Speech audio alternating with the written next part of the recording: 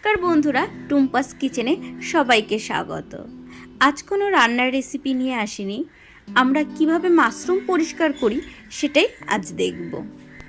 সাধারণত বাজার থেকে এরকম আমরা প্যাকেটজাত মাশরুম কিনে আনি। প্রথমে যে কভারটা থাকে প্লাস্টিকে সেটা ছিঁড়ে নেব।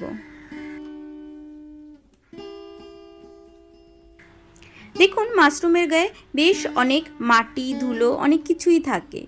এগুলোকে কি করে পরিষ্কার করব চলুন দেখে নিই।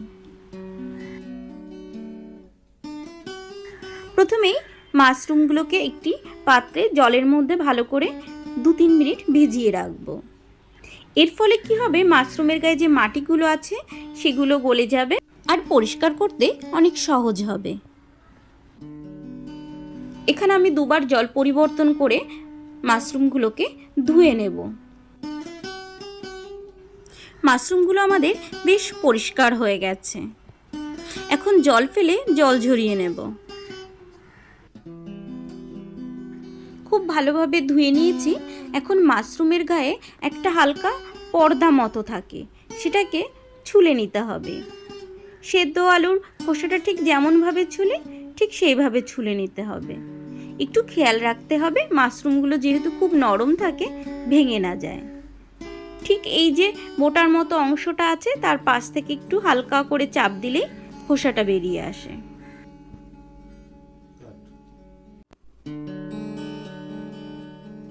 মাশরুমটা যেহেতু প্যাকেটজাত, বেশ কিছুদিন আগে কাটা, তার জন্য ছুরি দিয়ে নিচের দিকটা একটু কেটে নেব। বাকি মাশরুমগুলো ঠিক একইভাবে ছুলে নেব।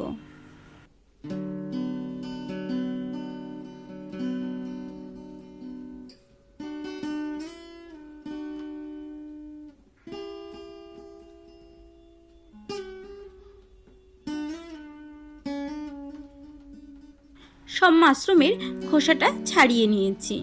এখন এগুলো কাটার পালা। মাশরুমগুলোকে ছুরির সাহায্যে পাতলা করে ছোট ছোট করে কেটে নেব।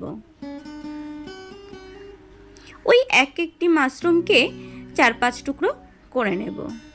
আপনাদের যেমন খুশি ঠিক তেমনভাবে কাটতে পারেন।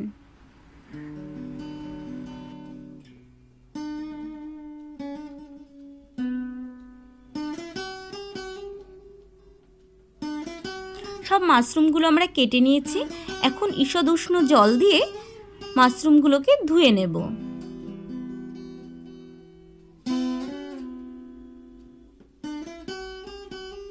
জলটি গরম থাকার জন্য একটি কাঁটা চামচের সাহায্যে মাশরুমগুলোকে বেশ নাড়িয়ে চাড়িয়ে ধুয়ে নেব। রান্না করার জন্য মাশরুম একদম রেডি। আপনারাও বাড়িতে এভাবে তৈরি করুন, রান্না করুন। আর আমার পদ্ধতিটা কেমন লাগলো কমেন্টস করে জানাতে ভুলবেন না। ভালো লাগলে লাইক শেয়ার করবেন। চ্যানেলটি সাবস্ক্রাইব করতে ভুলবেন না। Thank you.